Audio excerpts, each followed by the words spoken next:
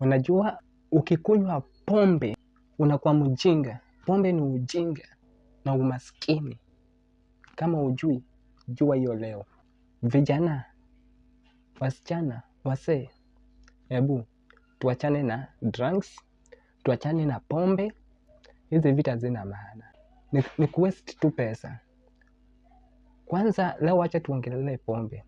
Pombe ni kuharibu tu maisha. Unaharibu pesa, maisha yako inaharibika, inakufanya ukuwe mjinga kabisa. Aje, ukikunywa pombe, huwa inakudirect kwanza kufanya vitu zenye hata mawazo yako hata sijui inachukuanga mawazo inapeleka wapi. Au kwangi normal kama wewe. Unapata unaanza kulala nje kwa mitaro. Hebu tuambie kama hiyo si ujinga. Kama si ujinga, hebu tuambie tu. Kujikojolea kwa manguo. Umesikia kukojoa badala utoke nje, unakojolea vyombo kwa nyumba ama kukojoa mahali umelala. Kama mtoto mdogo. Hizo ni ujinga zenye pombe inatufanyia. Haijalishi ni pombe gani ama ni pombe gani, lakini pombe kitu yenye unakunywa unalewa. Achana nayo, si poa. Ni ujinga hiyo na umaskini. Alafu kitu ingine, jua pombe huwa iko na madhara mingi tena sana kwa maisha yetu. Inaleta maugonjwa. Mtu asikudanganye ati kuna pombe mzuri. Hiyo naye hakuna. Pombe inatengenezwa na chemicals mbaya tena sana.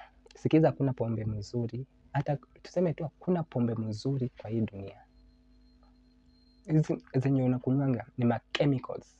Ndio kwa maana unasikia watu wanapoteza macho, sijui ni wanafura mwili, sijui nini imefanyika, sababu ni chemicals. Alafu haujui ni chemicals gani zinatumika hapo.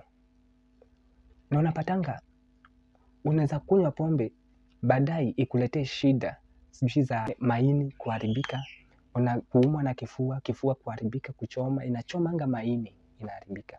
Matumbo inaharibu. Ndio unapatanga mtu akishakunywa pombe, akikunywa kwa muda mrefu, anaanza kufura mwili, anakaa ni kama si kunaona, hata ukiangalia mwili wake kama kuna venye imefura kidogo kidesign.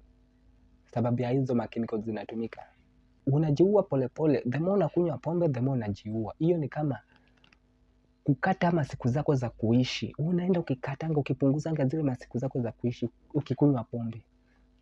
Ni kama unakimbilia kifo yako kuifikia haraka. Mimi ningewa advise nyote, pombe muachane nayo.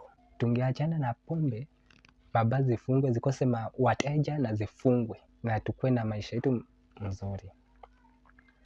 Sababu hii pombe imetuletea magonjwa na bado inaendelea kutuletea magonjwa. Inatufanya tukue wajinga, kujikojolea kwa manguo, kulala nje, kushindwa kwenda kufanya kazi, kuharibu pesa kwa pombe. Atukisha kunywa lazima utoe lock.